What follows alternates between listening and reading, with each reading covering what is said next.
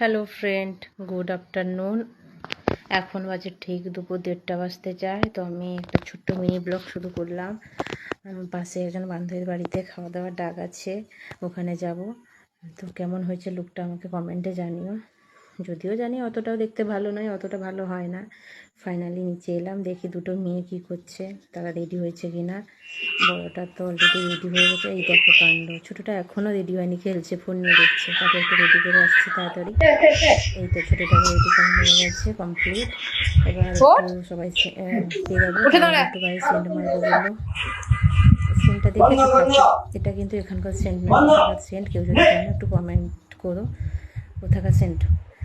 এই সবাইকে একটু সেন্ট মেরেছি, শাশুড়িকে, মেয়ে দিয়ে আমি নিজেও একটু সেন্ট নিলাম। এবার দিলে ছোটটা সেন্ট ফোন দেখা এত ব্যস্ত, সেন্টও নিচ্ছে না। ফাইনালি সবার সেন্ট মারা হয়ে গেছে। এবার মিষ্টির প্যাকেটটা নেব, পুজো দিয়ে মাখা আছে। এই হচ্ছে মিষ্টির প্যাকেট আর মাখা।